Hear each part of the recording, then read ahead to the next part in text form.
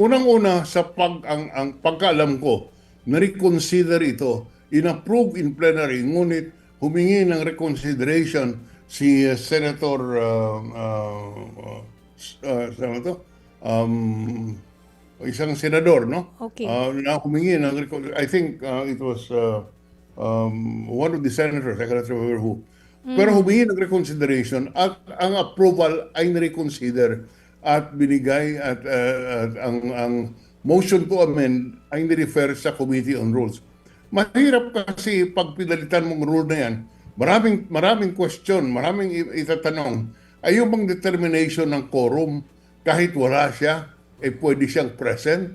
Ibig sabihin, pwede isang senador lang sa loob ng session hall kung 13 ay nasa labas at tatanggapin mo na pwedeng mag-present o bumoto through electronic media, so pwede ba yun? Pangalawa, what about kung ang senador ay sa labas ng bansa? So maraming tanong, maraming mga sitwasyon na dapat maliwanagan kung anong epekto nito.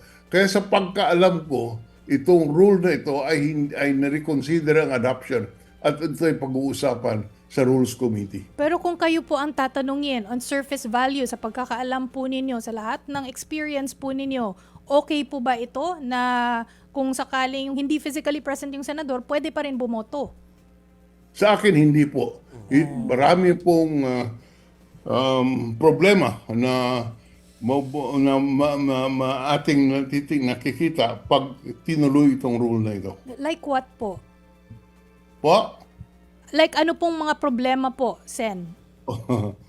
Kung sa quorum, ibig bang sabihin kahit kahit isa lang ang tao sa session hall, pwede pong magsabi na present through electronics?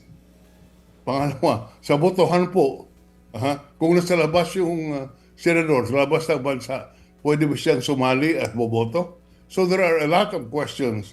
Kaya po, itong rule na ito ay matagal na.